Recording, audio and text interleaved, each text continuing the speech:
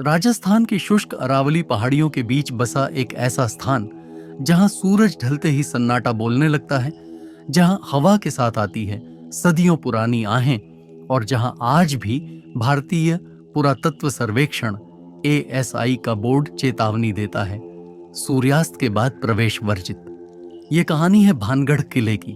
भारत ही नहीं बल्कि दुनिया के सबसे डरावने और रहस्यमय किलों में गिने जाने वाले स्थान की। ये कोई एक घटना नहीं बल्कि प्रेम, तंत्र, शाप, सत्ता, विश्वासघात और विनाश की परत दर परत गाथा है। 16वीं शताब्दी का राजस्थान। आमेर रियासत अपने वैभव पर थी। राजा भगवंत दास, आमेर के शासक और मुगल सम्राट अकबर के विश्वास पात्र, ने अरावली की घाटियों में एक नई नगरी बसाने का निर्णय लिया। यह नगरी केवल रणनीतिक नहीं बल्कि सांस्कृतिक और आध्यात्मिक दृष्टि से भी महत्वपूर्ण होनी थी। राजा भगवंत दास के छोटे पुत्र माधो सिंह को यह क्षेत्र सौंपा गया। कहा जाता है कि माधो सिंह वीर, न्यायप्रिय और कला प्रेमी थे। उन्होंने इस घाटी में एक भव्य नगर और किले की कल्पना की। ऐसा नगर जहां बाजार, मंदिर, महल, बाग और आवास एक सुव्यवस्थित क्रम में हो। इसी कल्पना से जन्म हुआ भानगढ़ किला। भानगढ़ का निर्माण शुरू होने से पहले राजा माधो सिंह ने क्षेत्र के प्रसिद्ध योगी और तांत्रिक गुरु बालूनाथ से आशीर्वाद मांगा। बालूनाथ कोई साधारण संत नहीं थे। वे अरावली की गुफाओं में तपस्या करने वाले सिद्ध योगी थे, जिनकी चेतावनियों को राजा भी अनदेखा नहीं करते थे। कहते हैं, गुरु बालूनाथ ने राजा से कहा, राजन, मैं इस भूमि पर तपस्या करता हूं। यदि तुम यहां नगर बसाना चाहते हो तो मेरी एक शर्त माननी होगी। शर्त थी, किले या नगर की कोई भी इमारत मेरी कुटिया की छाया को स्पर्श नहीं करेगी। जिस दिन मेरी कुटिया पर किसी इमारत की छाया पड़ी, उसी दिन इस नगर का पतन शुरू हो जाएगा। राजा माधो सिंह ने यह शर्त स्वीकार कर ली। निर्माण इस प्रकार किया गया कि गुरु की कुटिया सदैव सूर्य प्रकाश में रहे। कुछ वर्षों तक सब कुछ ठीक चला। भानगढ़ फलता फूलता रहा, लेकिन अपने स्वर्ण काल में भानगढ़ एक समृद्ध नगर था। किले के भीतर और बाहर 5 विशाल बाजार थे। जौहरी बाजार, अनाज बाजार, वस्त्र बाजार, शिल्पकारों की गलियां, सैनिक आवास। आज भी खंडहरों में घूमते समय साफ दिखता है कि यह नगर कितना योजनाबद्ध था। हर घर में हवा और रोशनी की व्यवस्था थी। जल निकासी की उन्नत प्रणाली थी। मंदिरों की घंटियों की आवाज पूरे नगर में गूंजती थी। लेकिन हर स्वर्ण नगरी की तरह यहां भी एक ऐसी कथा जन्म ले रही थी जो विनाश की नींव बनने वाली थी। भानगढ़ की सबसे चर्चित और रहस्यमयी कथा जुड़ी है राजकुमारी रत्नावती से। कहा जाता है कि रत्नावती अपने समय की सबसे सुंदर स्त्री थी। उनका सौंदर्य केवल भानगढ़ तक सीमित नहीं था, दूर दूर के राज्यों तक उनकी चर्चा थी। राजकुमारी बुद्धिमान थी, राजनीति समझती थीं और अपने निर्णय स्वयं लेने की क्षमता रखती थीं। यही कारण था कि अनेक राजा उनसे विवाह करना चाहते थे, परंतु रत्नावती स्वतंत्र विचारों वाली थीं। वे विवाह को सत्ता का साधन नहीं बनाना चाहती थीं। यहीं से कहानी में प्रवेश होता है। एक अंधेरे पात्र का भानगढ़ के बाहर एक काली गुफा में रहता था एक तांत्रिक, सिंधु सेवड़ा। वह काले जादू और तंत्र मंत्र में सिद्ध माना जाता था। लोग उससे डरते थे, लेकिन उसकी शक्तियों की चर्चा भी करते थे। सिंधु सेवड़ा वर्षों से रत्नावती को दूर से देखता आया था। उसका आकर्षण धीरे धीरे पागलपन में बदल गया। वह रानी को किसी भी कीमत पर पाना चाहता था। जब रत्नावती ने उसके प्रस्ताव को ठुकरा दिया तो उसके अहंकार को गहरी ठेस पहुंची। उसने निर्णय लिया, यदि प्रेम से नहीं तो तंत्र से। अवसर देखा। उसने एक सुगंधित इत्र की शीशी पर जादू कर दिया, ऐसा जादू जिसे लगाते ही रानी उसके वश में आ जाती। वह इत्र एक दुकानदार के माध्यम से रानी तक पहुंचाया गया। लेकिन रत्नावती कोई साधारण स्त्री नहीं थी। जैसे ही उन्होंने उस इत्र को देखा, उन्हें कुछ असामान्य महसूस हुआ। उन्होंने शीशी को जमीन पर फेंक दिया। कहते हैं, जैसे ही शीशी टूटी, वह पत्थर की ओर लुढ़की और वही पत्थर घूमता हुआ सिंधु सेवड़ा से टकराया।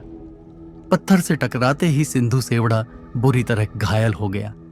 मरते मरते उसने भयानक शाप दिया, जिस नगरी ने मेरे प्रेम को ठुकराया वह स्वयं भी नष्ट हो जाएगी।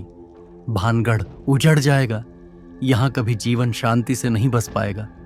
उसके प्राण निकलते ही जैसे पूरी घाटी सन्नाटे में डूब गई।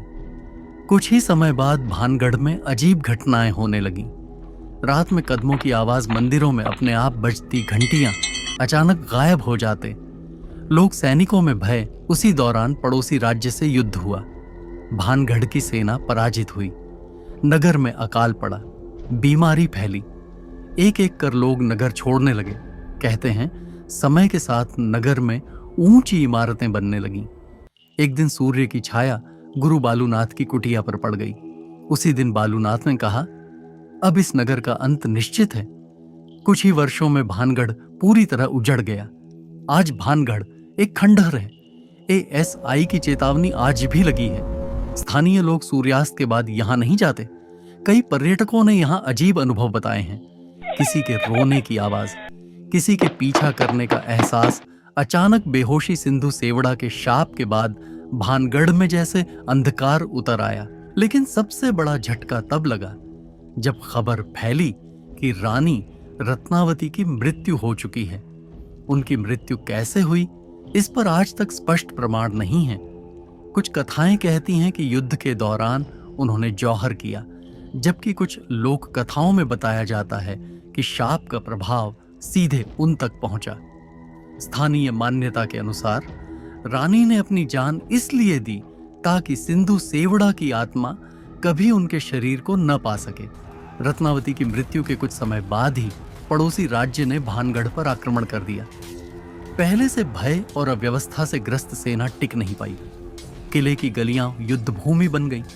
मंदिरों के घंटे खामोश हो गए। घरों में आग लगी। कहते हैं उस दिन भानगढ़ में इतना रक्त बहा कि मिट्टी का रंग बदल गया। युद्ध और अकाल के बाद जो लोग बचे, उन्होंने एक ही रात में नगर छोड़ दिया। लोक कथा कहती है, जिसने आखिरी बार भानगढ़ छोड़ा, उसने पीछे मुड़कर देखा और देखा कि पूरा नगर अंधेरे में डूब चुका था। उसके बाद कोई भी स्थायी रूप से यहां नहीं बसा। स्थानीय लोगों का मानना है कि भानगढ़ की आत्माएं मोक्ष नहीं पा सकीं। अधूरी इच्छाएं, अचानक मृत्यु, जौहर और नरसंहार, इन सब ने आत्माओं को यहीं बांध दिया। कहते हैं रात में स्त्रियों के घुंघरुओं की आवाज, बच्चों की हंसी और सैनिकों की पदचाप आज भी सुनाई देती है। कई लोगों ने दावा किया है कि सूर्यास्त के बाद किसी ने कंधे पर हाथ महसूस किया, किसी को रास्ता भूलने का भ्रम हुआ, किसी की तबीयत अचानक बिगड़ गई। ASI ने इन्हीं घटनाओं के कारण रात में प्रवेश पर रोक लगाई। कई साधु और तांत्रिकों ने भानगढ़ में साधना करने का प्रयास किया। कुछ का कहना है कि यहाँ की ऊर्जा अत्यंत अस्थिर है। यहाँ साधना नहीं, संघर्ष होता है। कई साधु बीच में ही स्थान छोड़कर चले गए। स्थानीय कथाओं के अनुसार सिंधु सेवड़ा की आत्मा आज भी रानी रत्नावती को खोजती है। कहते हैं पूर्णिमा की रात किले के पास एक परछाई दिखाई देती है जो अचानक गायब हो जाती है। इतिहासकार मानते हैं कि भानगढ़ का पतन युद्ध और अकाल के कारण हुआ। लेकिन सवाल यह है, तो फिर यहाँ की डरावनी अनुभूतियां क्यों आज भी जारी हैं? 20वीं और 21वीं सदी में जब भानगढ़ एक पर्यटन स्थल बन चुका था, तब यहाँ आने वाले लोगों ने ऐसे अनुभव बताए जिन्होंने सदियों पुरानी कथाओं को फिर से जीवित कर दिया। कई पर्यटकों ने कहा कि दिन में सब सामान्य लगता है, लेकिन जैसे जैसे सूर्य ढलने लगता है, हवा भारी हो जाती है, आवाजें बदल जाती हैं और मन में अजीब बेचैनी भर जाती है। दिल्ली से आए 3 दोस्तों ने बताया कि सूर्यास्त से ठीक पहले उन्हें किले के अंदर तेज चक्कर आने लगे। एक दोस्त अचानक जमीन पर गिर पड़ा। डॉक्टरों को कोई मेडिकल कारण नहीं मिला। पीछा किए जाने का एहसास। एक महिला पर्यटक ने दावा किया कि उसे लगा कोई उसके पीछे पीछे चल रहा है। मुड़कर देखने पर कोई नहीं था, लेकिन पैरों की आवाज साफ सुनाई दे रही थी। अनुभव 3, कैमरे में कैद परछाई। कई लोगों ने तस्वीरों में धुंधली आकृतियां, अनजान चेहरे और अजीब रोशनी देखी है, जो फोटो खींचते समय दिखाई नहीं दी। भारतीय पुरातत्व सर्वेक्षण ASI ने भानगढ़ किले के बाहर स्पष्ट चेतावनी बोर्ड लगाया है। सूर्यास्त से सूर्योदय तक प्रवेश निषेध है। ASI आधिकारिक रूप से इसे सुरक्षा कारणों से जोड़ता है। लेकिन यह बोर्ड भानगढ़ को भारत का इकलौता ऐसा किला बनाता है जहां रात में प्रवेश कानूनी रूप से प्रतिबंधित है। भानगढ़ के आसपास बसे गांवों के लोग सूर्यास्त से पहले ही अपने घरों में बंद हो जाते हैं। उनका कहना है, जो रात में गया वह वैसा वापस नहीं आया। कई लोग दावा करते हैं कि रात में किले से चीखने, चिल्लाने और रोने की आवाजें आती हैं। वैज्ञानिक और मनोवैज्ञानिक भानगढ़ की घटनाओं को अलग नजर से देखते हैं। खंडहरों में हवा की गूंज, घने पेड़ और अंधेरा डर से उत्पन्न भ्रम, साइकोलॉजिकल फियर, इन सब को वे डर का कारण मानते हैं। लेकिन फिर भी कुछ घटनाएं ऐसी हैं जिनका कोई स्पष्ट वैज्ञानिक उत्तर नहीं। कुछ निजी पैरानॉर्मल जांच समूहों ने भानगढ़ में ईएमएफ, इलेक्ट्रोमैग्नेटिक फील्ड में असामान्य बदलाव दर्ज करने का दावा किया है। हालांकि इन रिपोर्टों को आधिकारिक मान्यता नहीं मिली, लेकिन इनका जिक्र डर को और गहरा करता है।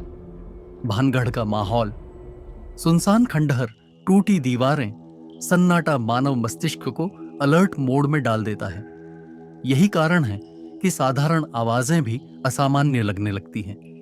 कुछ साहसी लोगों ने रात में चोरी छिपे प्रवेश करने की कोशिश की। स्थानीय पुलिस के अनुसार कई लोग डर के कारण खुद ही बाहर भाग आए। कुछ ने अपनी कोशिश के बाद दोबारा कभी भानगढ़ का नाम तक नहीं लिया। यह सवाल आज भी अनुत्तरित है। लोक कथाएं कहती हैं, हां विज्ञान कहता है, भ्रम अनुभव कहते हैं, कुछ तो है। सच शायद इन तीनों के बीच कहीं छुपा है। भानगढ़ केवल एक किला नहीं, बल्कि एक चेतावनी है। कुछ कहानियां समय के साथ खत्म नहीं होती। यह स्थान आज भी लोगों को आकर्षित करता है और डराता भी है। अगर आपकी यह सच्चाई अच्छी लगी हो तो चैनल को सब्सक्राइब करना ना भूलें, और वीडियो अच्छी लगी हो तो लाइक भी करें। और अगर ऐसी ही किसी सच्चाई को देखना या सुनना चाहते हैं तो कमेंट में जरूर बताएं कि कौन सी सच्चाई आपको जाननी है। मैं उस सच्चाई को यही दिखाऊंगा। जय हिंद, जय भारत।